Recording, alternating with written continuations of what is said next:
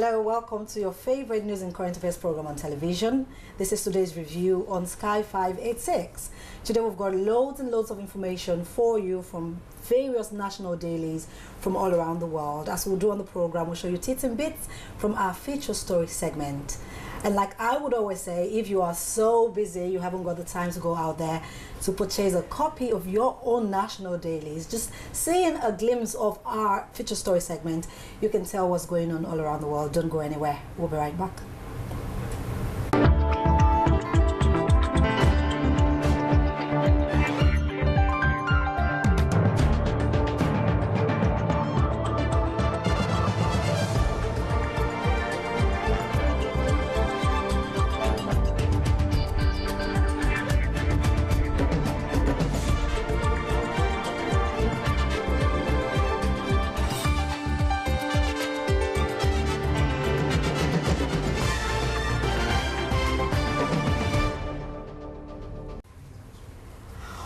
Okay, quickly, we are going to take our first feature story for the day, and this is titled Not Rage Case. It says Korean Air executive daughter Heather Cho sentenced to prison for breathing aviation law. Now, honestly, our first feature story for the day is an interesting one because on the one hand, I would like to think that the story has run its course, but on the other hand, it just keeps getting better and better. And like I said, it's the not rage case.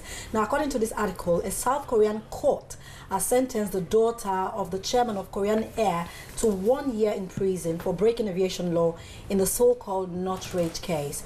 Quickly, we'll see a short clip, and when we come back, my crew and I will be talking about this not case. It's amazing. We will see the short clip and we'll come back. The daughter of the Korean Airlines chairman is sentenced to 1 year in prison for violating an aviation law in a case that's become known as nut rage. Last December, Heather Cho, unhappy that her nuts were served in a bag and not on a dish, ordered the plane to return to the gate after it started to taxi. She also demanded the head of in-flight service be removed. During testimony last month, the crew chief testified that Cho behaved like a beast and treated the crew like slaves. Prosecutors had sought a 3-year prison term. Okay, so Heather Cho, daughter of Korean Air chairman and the former head of in-flight services, was found guilty of having violated the law by ordering the plane to return to the gate after it started to taxi in December.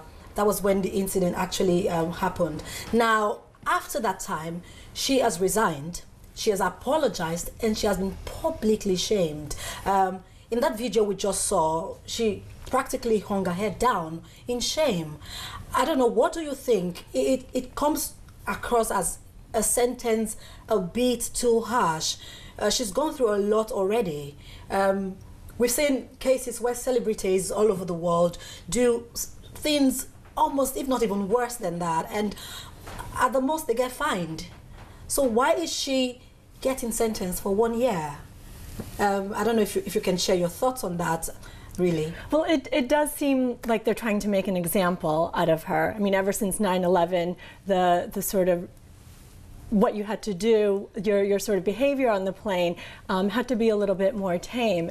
But what she did is she actually brought some of the cabin crew down on their knees and assaulted them. So if she hadn't done that, perhaps her sentence wouldn't have been a year. It could have been less, or it could have been a fine. But it could just be that they're trying to make an example out of her. I want to just, go back to something that happened last week. On the papers, we read that Paris Hilton's younger brother, that was just last week here, behaved in a somewhat similar way, harassing everybody on the aircraft, being very rude and insulting to the pilot. He was actually really, it was a bad situation, but we didn't hear that he was even jailed in the first place or even in prison for a short period of time. So how do you draw the line? Does this have to do with the country where this woman is from? I don't know what the evasion laws are, but if that happened here in the UK, I wouldn't think that 1 year jail term will be tantamount to what she has done. Well, the funny thing is you did hear about, I read somewhere that Paris Hilton's brother made a comment saying, oh, my father will just pay this away, and that this happened before. Yeah. And so even if he's, I mean, it does seem a bit elitist, where there's one set of rules where you could pay a fine and get away with it, and then another set where, I mean, if I did that, it'd be a very different story. Amazing. Quickly, we'll move on to our next story for the day. And this one, we're just going back to a topic that we took yesterday. Yesterday, we're looking at corruption versus stealing. We defined corruption and we defined stealing yesterday. We said stealing was a case where a person takes another person's possession or takes something from an organization without the rightful permission. But in the case of corruption, it's a whole range of things. And that also led us to the HSBC tax evasion issue. Yesterday, Prime Minister, the Prime Minister and the Labour leader, Ed Miliband, had a huge argument over the issue. We're going to watch that clip shortly. And when we come back, Stella, you will be talking to us about that debate between the Prime Minister and Ed Miliband. Let's watch the clip. Mr. Speaker, it was in the public domain in September 2010 that HSBC was enabling tax avoidance on an industrial scale. Are we seriously expected to believe that when you made Stephen Green a minister 4 months later, he had no idea about these allegations? Well, I'm glad he's brought up the issue of Stephen Green, who is a trade minister in this government. This is the same Stephen Green who Gordon Brown appointed as the head of his Business Advisory Council. This is the same Stephen Green who Labour welcomed as a trade minister into the government. And it's the same Stephen Green who the Shadow Business Secretary, looking a bit coy today, invited on a trade mission as late as 2013. We know what happens, Mr. Speaker. Every week he gets more desperate because he can't talk about the economy, he can't talk about unemployment, so he comes here with fiction after fiction. Does the Prime Minister expect us to believe that in Stephen Green's 3 years as a minister, he never had a conversation with him about what was happening at HSBC? Prime Minister! Why did Labour welcome Stephen Green as a trade minister? Why were they still booking meetings with him in 2013? My responsibility is the tax laws of this country, and no one has been tougher. Wow, Stella, that seems like a really heated argument between Ed Miliband and the Prime Minister. What's your thought on that? Well, as you can see, yesterday Parliament, they had to come in to discuss about this tax evasion law. They needed to put measures on cracking down tax dodging, as you can see with the HSBC case. Because 5 years ago, David Cameron's party, the Conservatives knew about this incident with HSBC. And what did they do? They gave him a peerage. They gave Lord Green a peerage and gave him a top ministerial job. So what are they to do, If they're not ready to do anything about it, then obviously Labour needs to come in right now. As you know, I'm a Labour member. You are a Labour member, so your opinion is actually, you're taking sides with Ed Miliband for sure. Well, definitely, because as you can see, they're really not doing anything but supporting, illegal things that will affect the poor. And it's not right in our day and age where the economy is suffering, There needs to be measures, especially this tax avoidance law and tax evasion. Although tax avoidance is normally legal, and it's not an offence, but it can lead to quite easily to tax evasion and become an abuse. So there needs to be measures in reducing this tax dodging business. And for instance, only out of the 3,600 people who were involved in the scandal of tax evasion, only one so far has been prosecuted. What does that say? There is a problem here. There is a serious issue. Is it because someone's at the top that they can get away with these things? It shouldn't be. It's wrong, It just shows that corruption is a big thing, you know. Corruption really doesn't have anything to do with the small people, with the, you know, should I say the poor, the middle class people. It's organizational. It's an organizational thing, you understand? You know, that's why we say there's a difference between corruption and stealing, because corruption deals with people in authority, people who can abuse power. Who can abuse trust. Exactly. They have the ability, actually, to abuse trust for their own personal gain. Exactly. Whereas stealing, on the other hand, has to do with somebody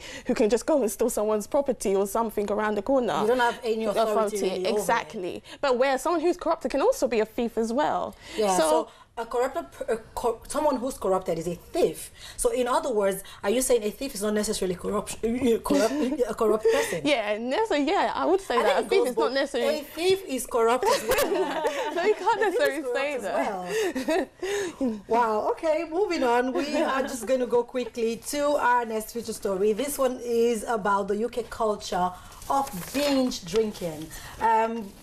Justina, I'm going to be talking to you about this. In the first place, what is binge drinking? So binge drinking, simply put, it's drinking an excessive amount of alcohol in one session or in a short period of time. So the government's put together some guidelines as to what's an acceptable daily amount of alcohol. And that for men is 3 to 4 units, which is usually about a pint and a half of beer. So if you're binge drinking, that would be double the amount, so 8 units, which is about 3 pints of strong beer. So that's for men. For women, it's less. And you know, I'm sure both of you have seen that there's a lot of cases where drinking 3 pints of beer is nothing for a lot of people. It's almost just a pre-thing. You could do that at lunch, you know. So the binge drinking culture is sort of pretty prevalent. But is that a problem in the UK? So the World Health Organization actually rated Britain as among the highest binge drinking country in the world. Yeah, so they looked at 198 countries, and the UK, Britain was 13th on the list. So that's pretty high. That's very high. It's quite staggering. So, Justina, how can you tell that someone is a binge drinker?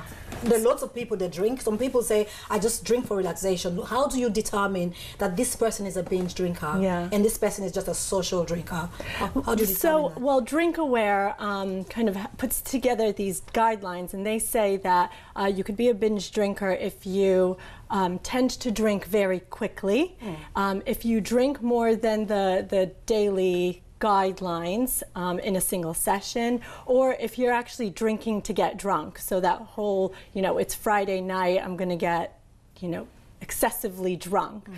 So if you have a hard time stopping to drink, or, you know, if those are issues for you, then you could be dependent. Yeah. Okay, so I'm watching this program now, and I'm thinking, well, that sounds like me. Sometimes I can't. I tend to drink very quickly. I drink to get drunk. That sounds like me. What do I do? How do I get help?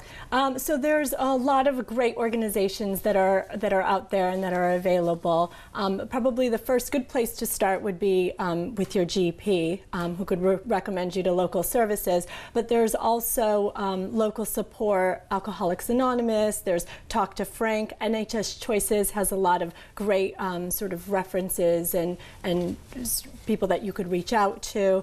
And there's also the Samaritans. But if you just do a quick Google search, it's really easy to find. Some people say that alcohol helps them to relax. It helps them to distress.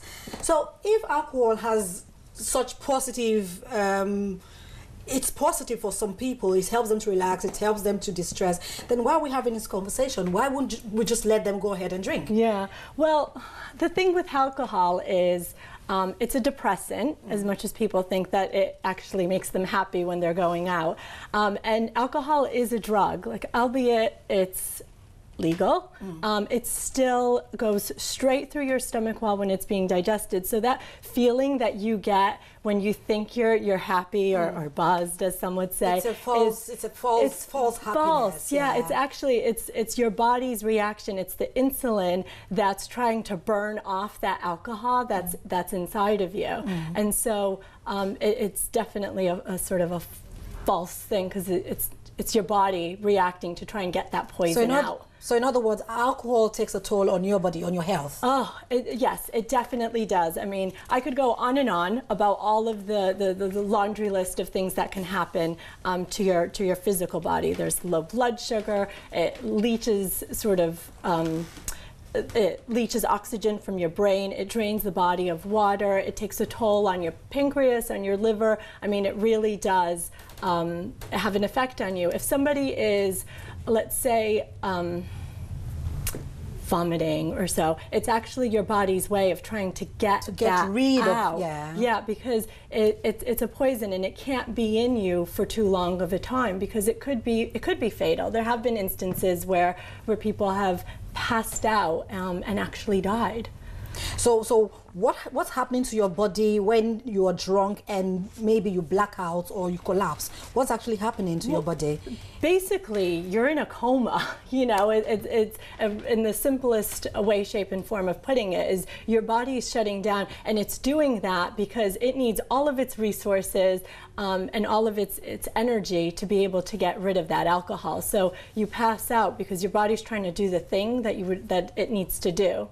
Can we change this culture? We just heard now that Britain happens to be one of the highest rated countries for binge drinking. How can we change that culture? It's not a good one. No, it's not a good one. And I think I hear this a lot. People think that they go out and there's this fear that they're not going to be fun at a party, or they're not going to have fun, and or that, you know, it's there's all these fears in it. And so there's been a lot of things that government has been trying to do to implement a sort of a different culture. And one of them is actually breathalyzing people as they're going into clubs. So it's been trialed where you can't get in if you've had twice the legal limit.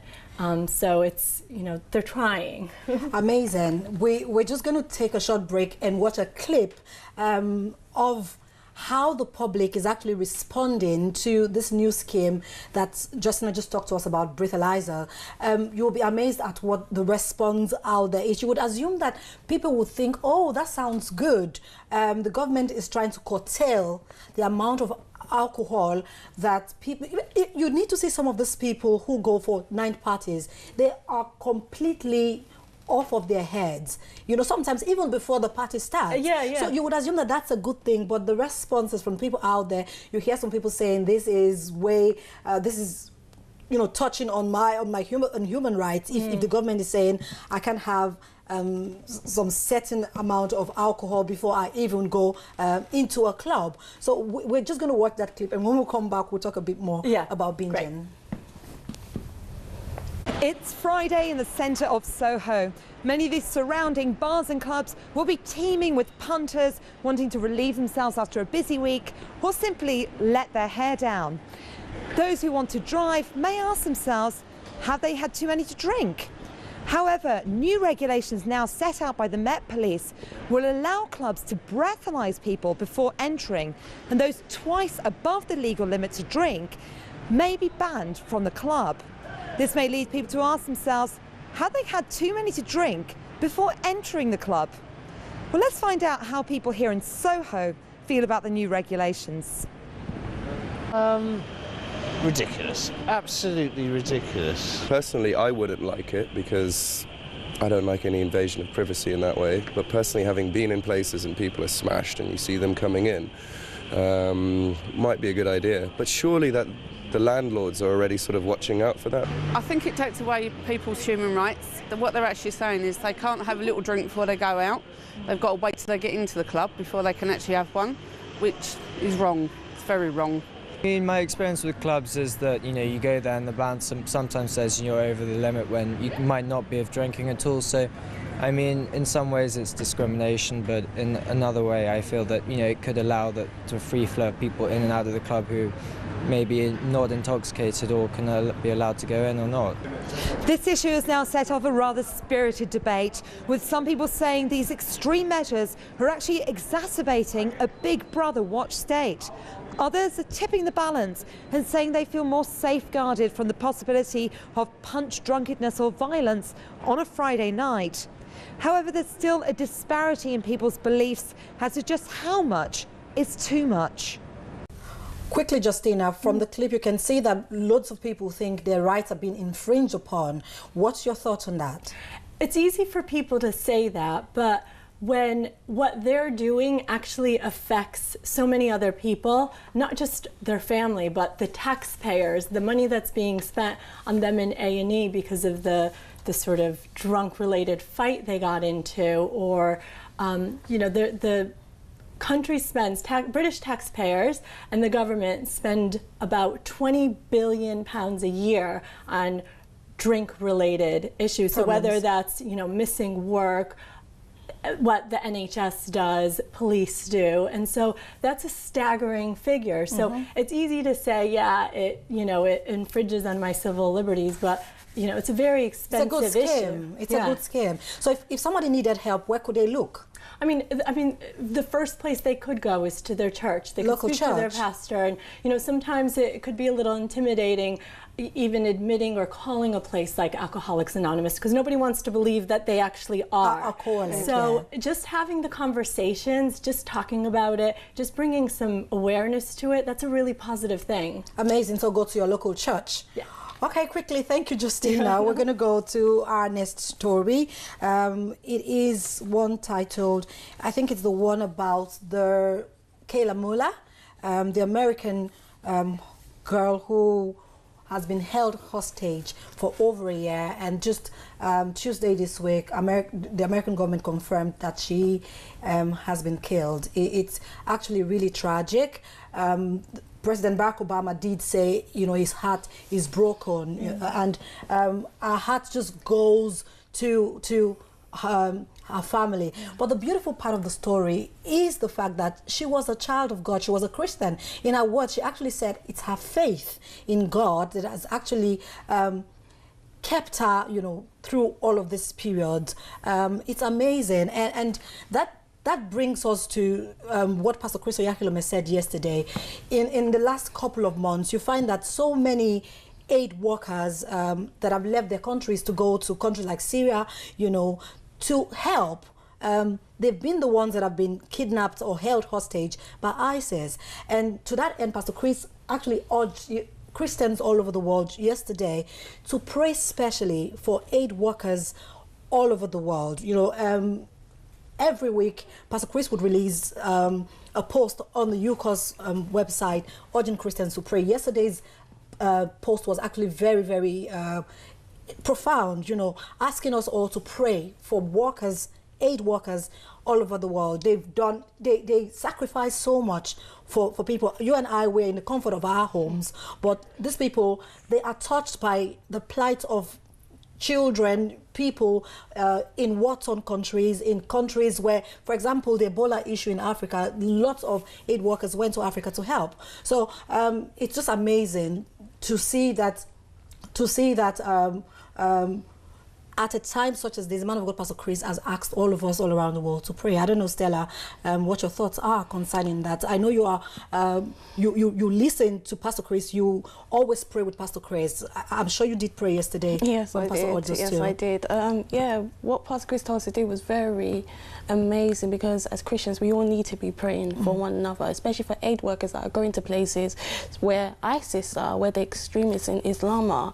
They're going there, and there's a possibility that they could be prosecuted, for whatever it could be, for whatever sake. And it's up to us to pray and take our stand as Christians, especially in matters like this, to make sure our prayers prevail. For instance, a young girl, like we just saw at her, was able to, you know, through her faith, she was able to draw comfort to stand strong for over a year before she eventually got persecuted by them, you know. And unfortunately, it's really sad, you know, in our day and age and time to see such a thing like this. But yeah, we need to keep on listening and just pray and hope for the best. Christians around the world, we will not give up. No, we won't. The Bible tells us that the prayer of the righteous availeth much. The continuous fervent prayer of the righteous availeth much. We can make power. We can change these situations all around the world. So we need to keep praying. I mean, it's not enough to pray for your families or your needs or the things that you want. There are lots of people out there that have given their all, and the least we can do for them as Christians is to stand together in faith and pray that God will protect them, and actually pray concerning the IC situation, because it has to stop. And the change will come if we don't give up, but you know, we're insistent in our prayer. Well, that's all we can take for today. I want to thank you so much for coming on the program. Thank you, Justina. Thank you, Stella. Thank you. We'll be seeing more of you on the program going forward. That's all we can take, like I said. Until same time next week, this is your host, Ray Osazwa, signing off. Do have a great weekend. Today is our weekend on the show. We don't do a Friday's one. So from Thursday, we're able to say this is our weekend. So do have a great weekend. Bye now. Bye. Bye-bye.